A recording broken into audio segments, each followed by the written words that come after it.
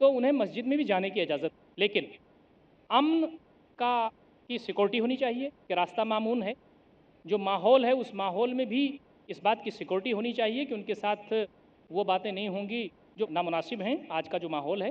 تو اگر ایسا ماحول موجود ہے جہاں امن ہے، جہاں احتیاط ہے، جہاں ماحول اچھا ہے، وہاں خواتین مسجد میں 5 وقت کی نماز کے لیے جا سکتی ہیں، تراویح اور جمعہ وغیرہ تو بدرجہ اولا جا سکتی ہیں۔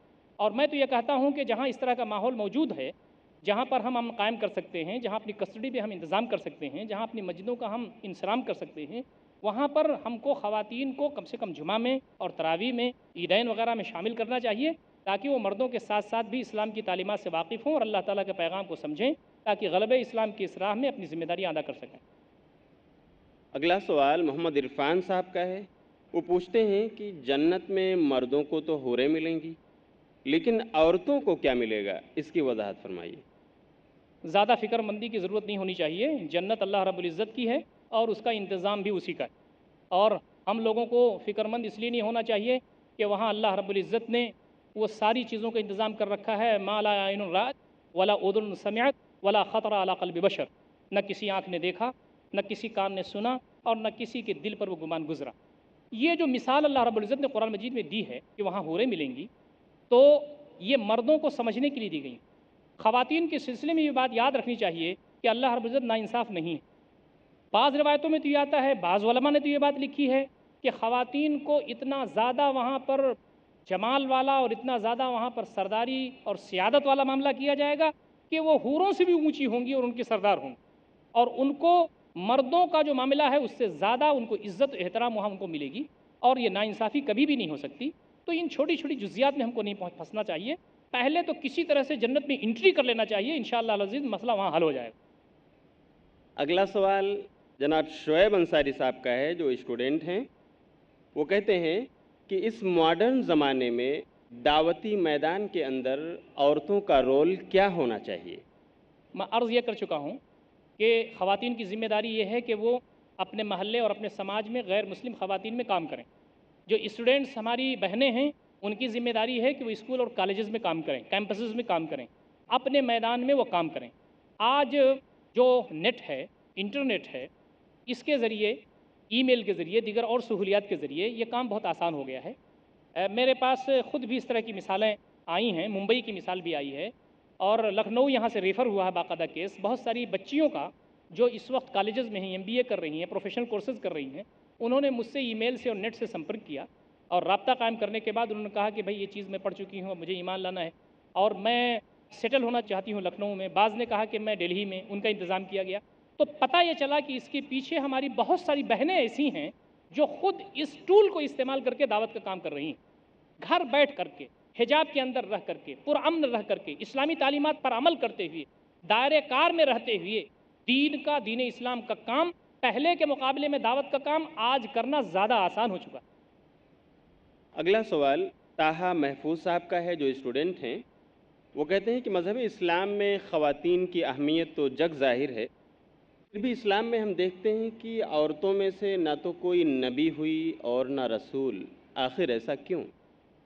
یہ بات آپ کو سمجھنا چاہیے کہ اللہ رب العزت نے مرد کو مرد پیدا کیا ہے، عورت کو عورت پیدا کیا ہے، اور یہ بتا دیا ہے قرآن مجید میں کہ الرجال قوامون علی النساء، مرد قوام ہوں گے، ذمہ دار ہوں گے خواتین پر، عورتوں پر، اور اس کی جو آداب ہیں، اس کے جو طریقے ہیں، وہ اسلام نے بتا دیے۔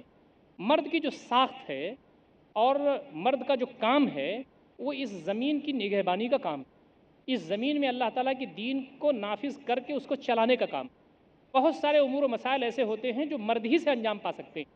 اللہ تعالیٰ کے دین کے لیے جو جہاد ہے اور جنگیں ہیں، اللہ رب العزت کے دین کے غلبے کے لیے جو بہت سارے امور و مسائل ہیں، اللہ رب العزت کی اس دین کو اس زمین پر برپا کرنے کے لیے جو بہت ساری حکمتیں ہیں اور اس کے اہداف ہیں، اس کے مقاصد ہیں، یہ مرد ہی اپنی ساخت کی وجہ سے کر سکتا ہے۔ حضرت مریم جب پیدا ہوئیں اپنے ماں کے ہاں، تو انہوں نے یہی چاہا تھا کہ ان کے پاس لڑکا پیدا ہو، لیکن جب وہ بچی پیدا ہوئی تو انہوں نے کہا اللہ تعالیٰ یہ بچی پیدا ہوئی، وَلَيْسَ الذَّكَرُ كَالْأُنثَىٰ، جیسے لڑکا ہوتا ہے ویسے لڑکی نہیں ہوتی۔ تو اللہ رب العزت نے کہا اس سے کچھ ہونے والا نہیں ہے، یہ تمہاری بچی تمہارے لیے ذخیرہ آخرت ہوگی۔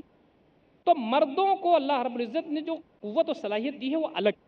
اب اگر کوئی خاتون اس زمین پر سیادت اور قیادت کرے تو بہت سارے مسائل اس کے اپنے جسمانی ساخت، اس کی اپنی نفسیات، اس کی اپنی صلاحیت کے لحاظ سے ہوں گی، اور اس دنیا میں امن و سکون نہیں برپا ہو سکتا، انتشار پیدا ہو جائے۔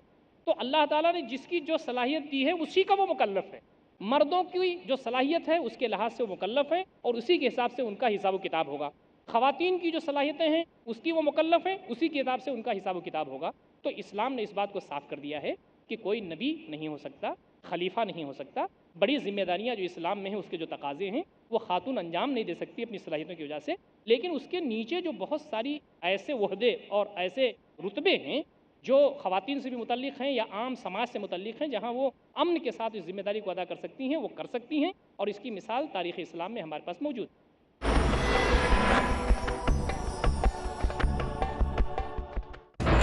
ذہانت سے بھری سوچ و فکر، جہیز کا مطالبہ اسلامی نقطہ نظر سے کہاں تک صحیح ہے؟ عالم عرب اور عالم اسلام اس سے ناشنا ہے۔ شادی جو ہے شادی ہے، اسے شادی رہنے دینی چاہیے، کم خرچ میں بلا اسراف کے ہونی چاہیے، اس سے ہماری معاشرت کمزور ہوتی ہے۔ دانش مندی سے بھری تعلیمات، یتیم خانے، دینی مدارس اور طلب پہلو ہے، یتیموں کی کفالت کی جائے، پاکیزگی سے بھری گفتگو، ہر آدمی، ہر قبیلے کا، ہر خاندان کا اپنے یتیموں کو سنبھالنے کی ذمہ داری لے۔ مسلمانوں کے ہم مال کی کمی نہیں ہے، لوگوں کو چاہیے کہ مدد کریں۔ کوئی بھی آدمی مجبور ہے تو اس کی مدد کرنا تو مسلمان کی ذمہ داری۔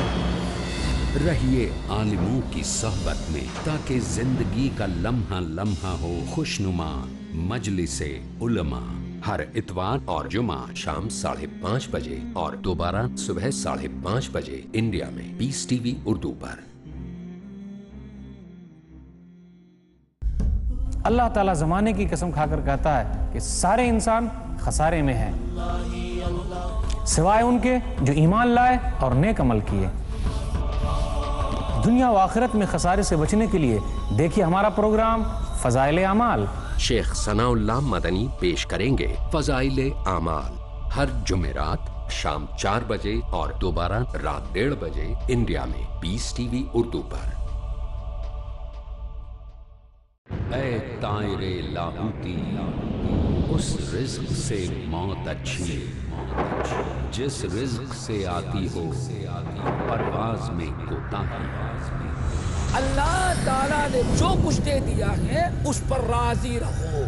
جو رزاق ہے حسد نہ کرو، کسی سے جلو نہیں، اور اس سے زیادہ حاصل کرنے کے لیے حرام چیزوں کو اپناؤ نہیں۔ جو پروردگار ہے تم اللہ تعالیٰ سے لوگوں ڈرو، اور رزق ڈھونڈنے میں کبھی حرام طریقے کو اختیار نہیں کرنا۔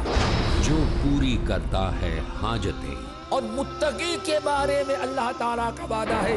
شیخ ظفر الحسن مدنی ڈالیں گے روشنی حلال رزق کی طرف کہ جتنی مشکلات متقی پر آئیں گی، ہم متقی کو ہر مشکل سے نکلنے کی راہ ہموار کر دیں گے۔ کیجئے صرف اسی اللہ کی عبادت جو نوازتا ہے بے حساب، رزق میں خیر و برکت کے اسباب۔ ہر جمعرات شام 5:30 بجے اور دوبارہ صبح 5:30 بجے انڈیا میں پیس ٹی وی اردو پر۔